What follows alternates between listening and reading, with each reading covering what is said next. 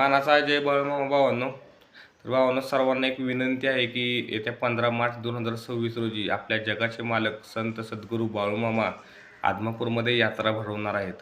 आणि या यात्रेमध्ये बाळूमामांच्या गादीला 33 कोटी देव हजेरी देणार आहेत.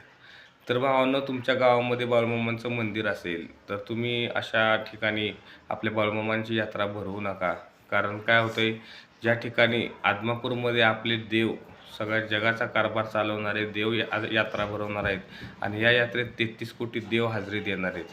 आणि आपण जर आपल्या गावामध्ये यात्रा भरवली तर ते आपल्या देवाबरोबर आपण केलेली बरोबरी होईल.